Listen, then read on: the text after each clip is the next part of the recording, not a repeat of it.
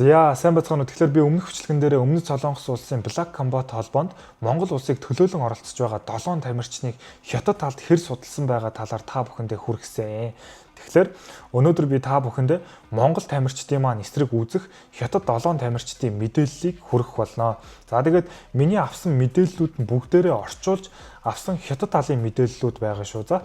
За тэгээд хамгийн ихэнд ярих хүн маань болохоор Хуан Юэло гээд одоо 65.8 кг содном доржийн маань эсрэг үзэх тамирчин байгаа. За яагаад энэ хүнийг хамгийн ихэнд онцолж ярьж байгаа вэ гэхээр энэ тамирчин маань болохоор манай Монгол улсын тамирчинтай өмнө нь үзэжсэн. За тэгээд та бүхэн санаж байгаа бол 2023 онд Монгол улсын авраг ган зоригтой одоо тулалдаад MMA-ээр тулалдаад тэгээд 2 дугаар үед TKO-оор ялж исэн. За тэгээд манай ган зориг аврагын одоо шүдийг хуугалж исэн. Тэгээд тулаан дундаасаа зогссон. Тэгээд одоо хятад талд мэдээлж байгаагаар болохоор ган зориг нь болохоор Монгол улсын топ түвшний тамирчин юм аа. Хятад талд ялагдаж байгаагүй гэсэн байна. За тэгээд ган зориг аврагын өөдөөс хийсэн тактик нь болохоор одоо үргэлжилсэн довтлогоо тасралтгүй хүнд гар ойрын зайд өвдөглөлт байнга орсон гэсэн байна. За ялалтын шалтгаан нь болохоор темп нь илүү хурдан байсан. Ган зориг авраг маань ер нь бол илүү хурдан, маш хурдан темптэй. Гэхдээ энэ Хуан Юэло гэдэг энэ тамирчин болохоор ган зориг аврагаас илүү хурдан темптэй байж одоо өрсөлдөгчдөө амс хийх боломж өгөөгүй гэж хятад талын сайтуудаар мэдээлсэн байлаа. Тэгээд 2 дугаар үед нүүрэнд хүнд цохилт хийж гинт лавч одоо бууж өгсөн гэсэн байна. За тэгээд энэ Хуан Юэло гэдэг тамирчны болохоор ган зориг аврахтаа хийж исэн тулааны давуу тал нь болохоор барилдаанаас нь айгаагүй, ган зориг аврагын барилдаанаас айхааргүй тийм хэмжээний хамгаалалттай байсан. Тэгээд ойрын тулаанд маш хүчтэй, тэгээд дуусгах чадвар маш сайн гэсэн байна. За тэгээд энэ тамирчин маань болохоор одоо манай содном дорчтой өрсөлдөх юм байгаа. За тэгээд энэ Хуан Юэло гэдэг энэ тамирчнаас гадна дахиад нэг тамирчин байгаа. Тэр нь болохоор 56.7 кг баян дүүрэн аврахтай үзэх Туоли Бахо Ти Зиан гэдэг энэ тамирчин болохоор бас 2 удаа Монгол тамирчинтай үзэжсэн. Монгол улсын бас тамирчин Жанчив Нимбутай үзээд 2 удаа ялж исэн. Эхнийх нь болохоор 2024 онд Болтоор ялж исэн бол 2025 онд шүүгчдийн нэгдсэн шийдвэрээр оноогоор ялж исэн. Тэгэхээр Жанчив Нимбутай хийсэн дүгнэлтэн дээр бол одоо тактик талдаа болохоор хамгаалалт сайн хийсэн. Тэгээд хэвтэй барилдаанаас нь хамгаалаарай гэсэн тийм тактиктэй байсан. Тэгээд хамгийн сүүлд Болтоор бас 24 онд ялж исэн. Ялалтын шалтгаан нь болохоор бүхийн ур чадвар Монгол тамирчинтай адил түвшинд байсан. Тэгээд хэвтэй хяналт контрол маш сайн байсан. Тэгээд нэг удаа Болтоор, нэг удаа оноогоор илт ялсан гэсэн байна. Тэгэхээр одоо энэ хятад талыг төлөөлж байгаа 7 тамирчны 2 нь Монгол 2 тамирчинтай үзэжсэн, хоёулаа ялж исэн. За тэгээд энэ 2 тамирчин болохоор хоёулаа ер нь бол бүх тал дээр маш сайн хамгаалттай бас энэ 2 тамирчныг гаргасан болов гэж үзэж байна. За тэгээд одоо яг тамирчдынхаа яг ингээд мэдээллүүдийг одоо та бүхэндээ хүргэе. Хамгийн ихэнд болохоор хүнд жингээсээ эхэлж байгаа. Үнэнхүү аврахтай үзэх 120 кг болохоор Лиу Яо Чон гэд энэ тамирчин байгаа. Тэгэхээр энэ тамирчин болохоор хүнд жинд хүч тесрэлтээр ялгардаг. Одоо Санда гэд хятадын одоо энэ тулааны урлагаар суурьтай, огсоо тулаанд маш аюултай, нэг цохилтоор тулааныг дуусгах чадвартай ч хэвтэйдэр сул талтай гэсэн байна. За тэгэхээр энэ тал дээр бол би үнэнхүү аврагыг бас нэг тийм дутаад байхаар юм байхгүй гэж бодож байна. Үнэнхүү авраг нь бас саан бөхөөр байлдааны саанбаар бас тулалдаад маш сайн өндөр үзүүлэлттэй байдаг. За тэгээд энэ хятад тамирчны хувьд болохоор онцлог нь болохоор KO хүч тесрэлтээр маш өндөр түвшиндөө гэсэн байна. За тэгээд хамгийн сонирхолтой нь одоо энэ хятад талыг төлөөлж байгаа 7 тамирчин долуулаа яг хан үндэстэн биш байсан. За тэгээд энэ одоо хүнд жинд байгаа Лиу Яо Чон гэдэг энэ тамирчин болохоор И үндэстэн гэдэг.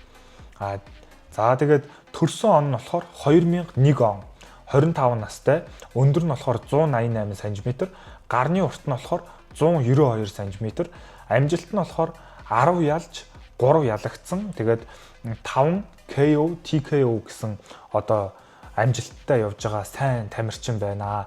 Маш залуухан тамирчин 25 настай гэсэн үг. За тэгээд давуу тал нь болохоор хүнд гар, хүчтэй өшөглөлт, тесрэлт сайтай одоо улсын аваргын төвчний тамирчин. Хятад талдаа бол улсыг нь төлөөлөхөр хэмжээний. Гэхдээ бус нь ч гэсэн бүгдээрээ тийм л дээ. За сул тал нь болохоор хэвтэй барилдаан жоохон сул. Хүнд жинд тэсвэр дунд зэрэг гэж байна. Тэсвэр нь болохоор сүүлдээ тэсвэр жоохон муутай байх. Хэдэн үе үзэхээр манай одоо үнэнхүү аварга илүү байх магадлалтай гэсэн үг. За тэгээд дунд жинд болохоор ган тулга байгаа. За тэгээд ган тулгын эсрэг болохоор Ньюзайч байна. Гэт энэ тамирчин нь болохоор оролцохоо болсон байгаа. За яг хөө гэхдээ яадаг ч гэсэн та бүхэндээ мэдээллийг нь хүргэчихье. Энэ тамирчин болохоор залуу, эрч хүчтэй, айхгүй довтолдог хэв маягтай, гардан тулаанд бол ширүүн, KO хийх чадвартай ч туршлага баг зэрэг баг нь жоохон эрсдэл болдгоо гэж байна. За тэгээд онцлог нь болохоор хурд, довтлогооны эрч хүчтэй. За үндэс нь бас адилхан E үндэстэн. Тэгээд төрсөн он нь болохоор 2002 он. Төрөүний залуугаас 1 насаар дүү 24 настай. Өндөр нь болохоор 175 см, гарны урт нь болохоор 178 см.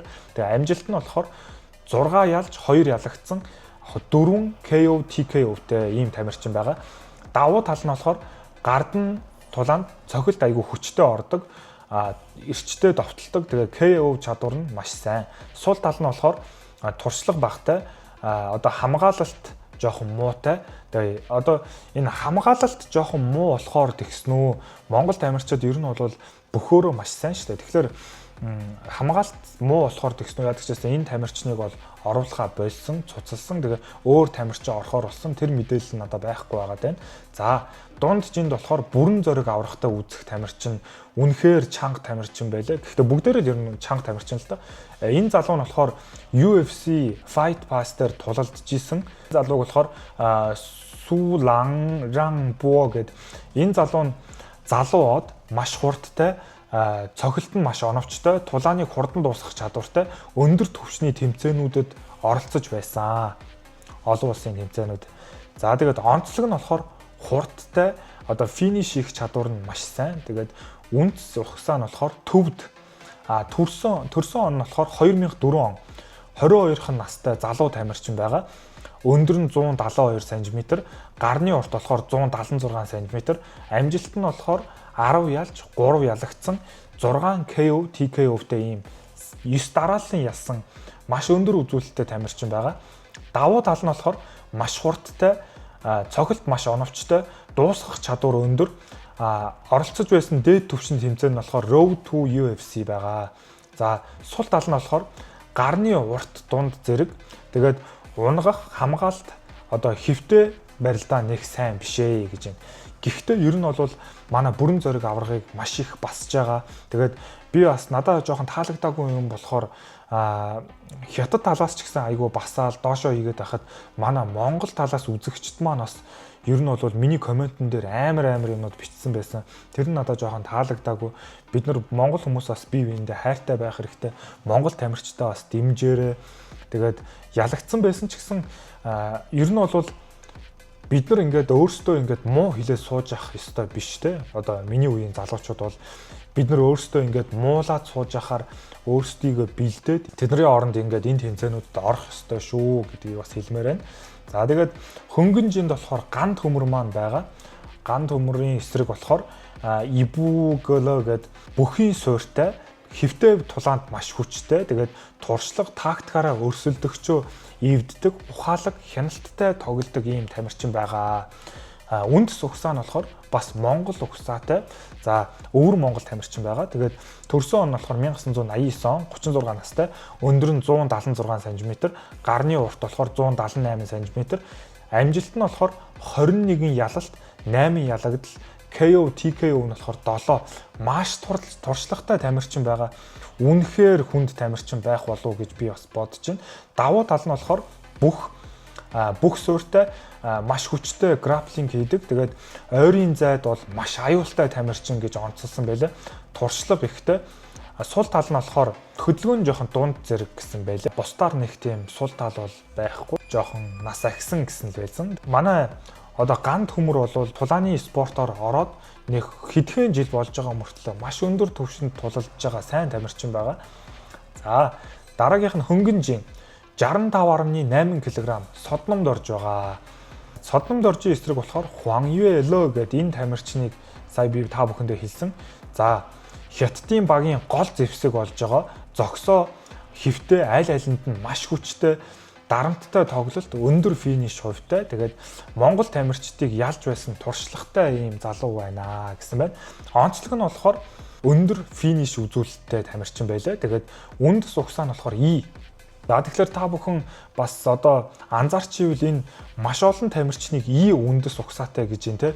Тэгэхээр би та бүхэндээ дараа нэг бас энэ И үндэс угсаатныг бас ингээд танилцуулах тийм бичлэг хийнэ судалж агаад энэ 7 тамирчнаас 4 нь И үндэстэн байлаа. Тэгэхээр талаас илүү нь И үндэстнээс бас ирсэн байлаа. Төрсөн он нь болохоор 2000 он, нас 26-тай, өндөр 177 см, гарны урт болохоор 182 см, амжилт нь болохоор 11 ялалт, 2 ялагдал, 6 KO TKO-тэй гэсэн маш өндөр үзүүлэлттэй залуу тамирчин байлаа. Давуу тал нь болохоор бүх талын чадвартай, бүх тал нь төгсөрсөн. Тэгээд маш дарамттай тоглолт үзүүлдэг. Дуусгах чадвар нь маш өндөр. Тэгээд Монгол хүчтэй тамирчныг ялж байсан гэсэн үзүүлэлттэй байгаа. Сул тал нь болохоор заримдаа болтоор ялагдах сул талтай. Өөдөөс нь манай содомд орж бол бүхийн талтай бол маш бас өндөр үзүүлэлттэй явж байгаа. Ялах магадлал болохоор 70% гэсэн байлээ.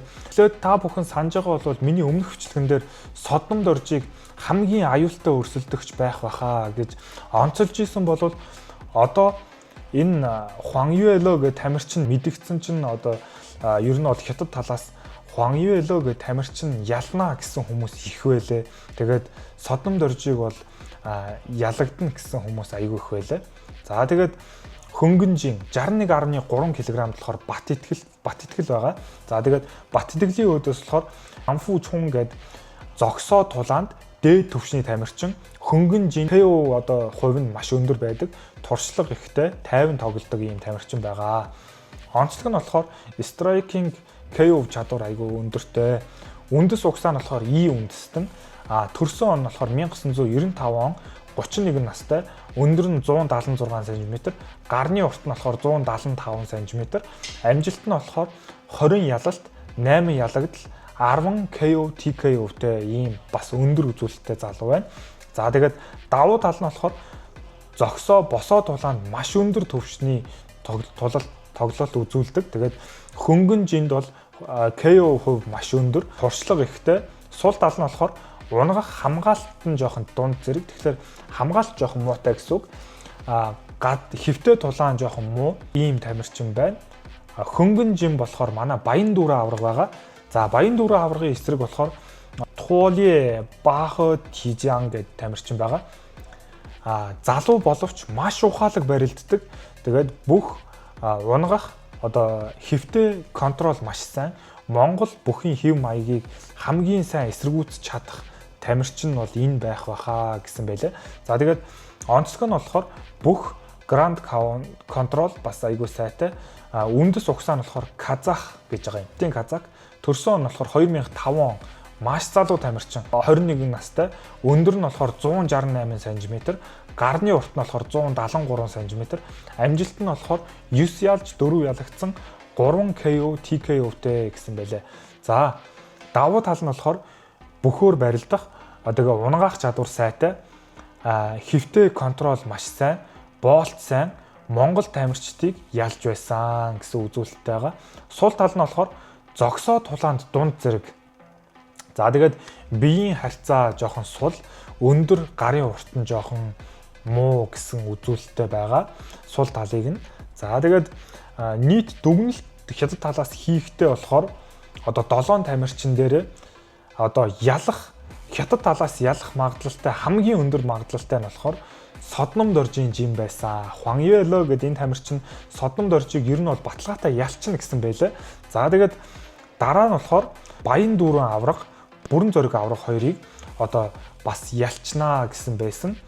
За тэгээд тэнцүүхэн үзэх болов гэсэн хоёр хүн нь болохоор ган төмөр тэгээд бат итгэл хоёр байсан. Энэ хоёрыг болохоор тэнцүүхэн үзэх байхаа гэсэн байлаа.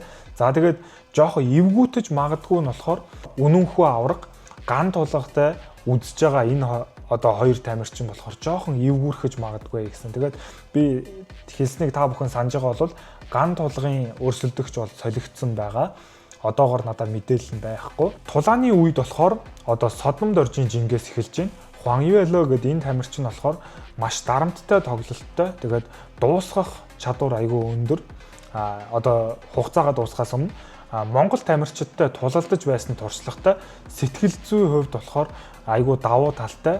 KO TKO хийх магадлал маш өндөрөө гэсэн одоо таамаг гаргаж илээ. Хятад талаас болохоор тулаан минутанд дуусахгүй яг KO юм уу TKO-оор дундаасаа дууснаа гэсэн байлаа. Хоёрт нь болохоор бүрэн зориг авраг. Бүрэн зориг аврагын эсрэг одоо үзэж байгаа энэ Сулан Ран По гэдэг төвдийн тамирчин болохоор маш хурдтай, цохилт оновчтой, дуусгах одоо энэ финиш их минутаас өмнө дуусгах чадвар нь өндөр.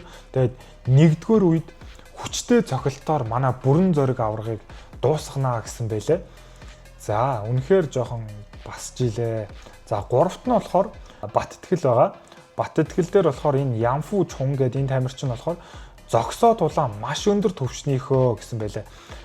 Хөнгөн жинд хүчтэй гартай зогсоо тулаанаар KO хийж манай бат итгэлийг ялнаа гэсэн байлээ. Зогсоо тулаанаас дуусгана гэсэн байлээ. За эсвэл оноогоор шүүгчийн шийдвэрээр ялах магадлалтай гэсэн байлээ.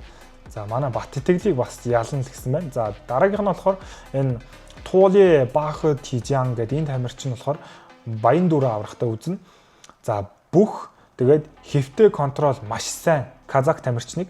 За тэгээд оноо цуглуулж контрол тактик айгуу сайтай. Тэгээд давхар унгаж дарж оноогоор ялнаа. Тэгэхээр энэ хоёрын тулаан KO юм уу TKO-оор дуусахгүй минутанд дуусаад оноогоор энэ одоо казак тамирчныгаа ялна гэсэн байна. За дараагийнх нь болохоор ган төмрийн эсрэг үзэж байгаа Ибу Голо гэх тамирчин байгаа.